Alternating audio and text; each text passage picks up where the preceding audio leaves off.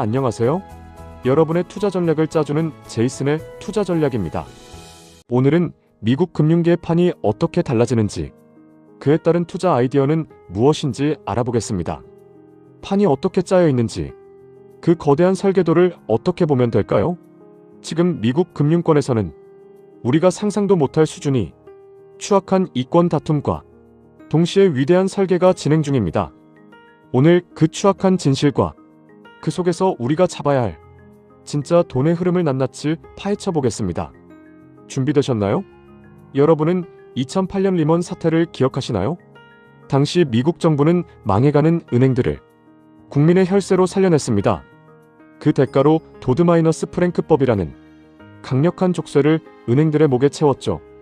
위험한 장사는 하지 마라. 자기 자본을 더 많이 쌓아라. 이 규제는 지난 18년 동안 미국 대형 은행들의 수익성을 갉아먹었습니다.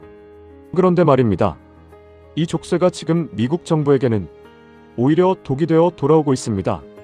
정부가 돈을 써야 하는데 국가 부채는 이미 36조 달러를 넘어 통제 불능의 상태로 치닫고 있거든요.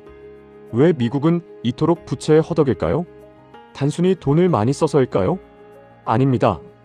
빌린 돈의 이자를 갚기 위해 다시 돈을 빌려야 하는 부채의 늪에 빠졌기 때문입니다.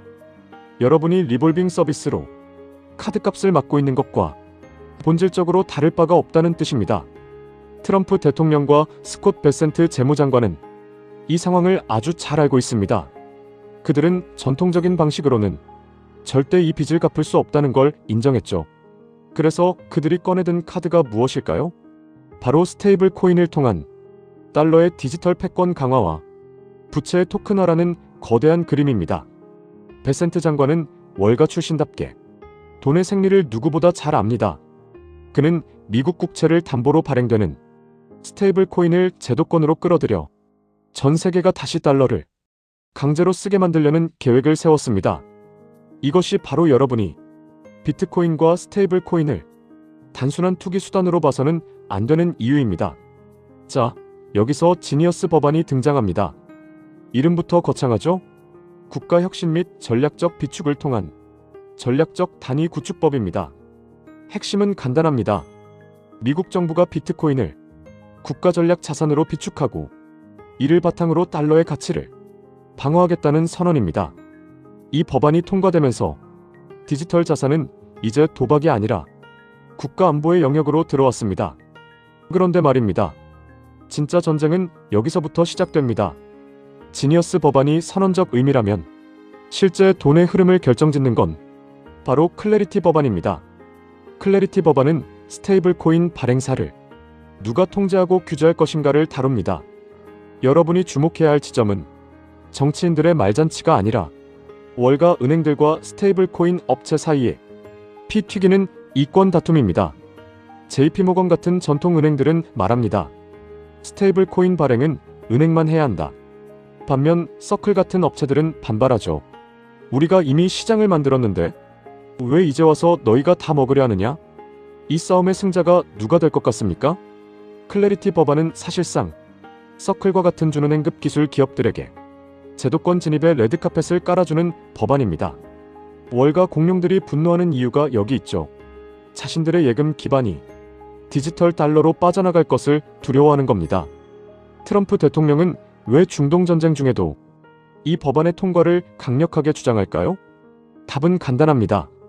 전쟁 비용을 조달하고 인플레이션을 잡기 위해서는 새로운 형태의 달러 수요가 절실하기 때문입니다. 이란과의 갈등이 깊어지면 유가가 오르고 유가가 오르면 물가가 폭등합니다. 2026년 중간 선거를 앞둔 트럼프에게 물가 폭등은 곧 정치적 자살 행위입니다. 그래서 그는 전쟁을 길게 끌 생각이 없습니다.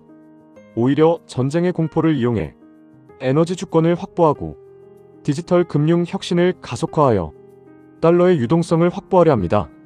전쟁은 명분일 뿐 실리는 금융 패권의 재편에 있습니다. 그렇다면 투자자인 우리는 어디에 돈을 걸어야 할까요? 가장 큰 수혜를 볼 곳은 명확합니다. 제도권 스테이블 코인의 선두주자, 바로 서클입니다.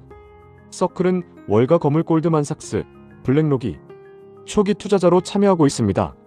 서클은 최근 상장 이후 변동성을 겪으면서도 우상향의 곡선을 그리고 있습니다. 왜일까요? 클래리티 법안이 통과되면 서클의 USDC는 사실상 디지털 연준의 대리인 역할을 수행하게 될 것이기 때문입니다. 반면 규제권 밖에 머물러 있는 해외 스테이블 코인 업체들이나 전통적인 소매 금융에만 치중한 지방은행들은 심각한 타격을 입을 겁니다. 여러분, 아직도 차트의 줄긋기에만 몰두하고 계신가요? 거대 세력들이 법안을 만들고 전쟁을 일으키며 어떤 길을 닫고 있는지 보십시오. 서클의 주가 흐름을 보십시오. 최근 일시적인 눌림목은 법안 통과 지연에 대한 우려 때문이었지만 큰 흐름에서 기관들의 매집은 멈추지 않고 있습니다. 기관들은 이미 알고 있습니다. 세상의 모든 자산이 토큰화되는 시대, 그 통로를 쥐고 있는 자가 누가 될 것인지를 말입니다. 지금 이 순간에도 이란 전쟁 뉴스를 보며 패닉셀을 하는 개미들이 있습니다. 하지만 고수들은 그 이면이 중간선거 공학을 계산합니다. 트럼프는 표를 잃지 않기 위해 조만간 이란과 극적인 합의를 하거나 압도적인 힘으로 상황을 종료시킬 겁니다. 그때 시장은 어떻게 반응할까요? 억눌렸던 유동성이 정부의 가이드라인을 따라 디지털 자산 시장으로 폭발할 겁니다. 결론을 말씀드리겠습니다. 부자가 되고 싶다면 세력이 던져주는 공포에 낚이지 마십시오. 미국 국가부채가 많다고 나라가 망할까요? 미국은 망하지 않습니다. 대신 룰을 바꿀 뿐입니다. 그 바뀐 룰이 바로 지니어스 법안이고 클래리티 법안입니다. 이 법안들이 통과된 후에는 이미 기차는 떠난 뒤입니다. 지금 여러분이 해야 할 일은 전쟁 뉴스에 일일비하는 것이 아니라 이 거대한 디지털 달러 체제에서 누가 통행세를 걷게 될 것인지 냉정하게 분석하고 선점하는 것입니다. 준비된 자에게만 이번 위기는 인생을 바꿀 최후의 기회가 될 것입니다.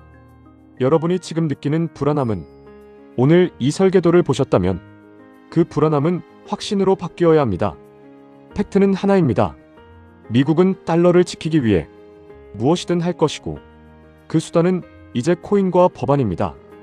여러분의 소중한 자산을 어디에 묻어두어야 할지 다시 한번 진지하게 고민해 보시기 바랍니다. 오늘 영상이 여러분이 눈을 뜨게 했다면 그것만으로도 큰 수익의 시작입니다. 그럼 여러분의 성공 투자를 응원합니다.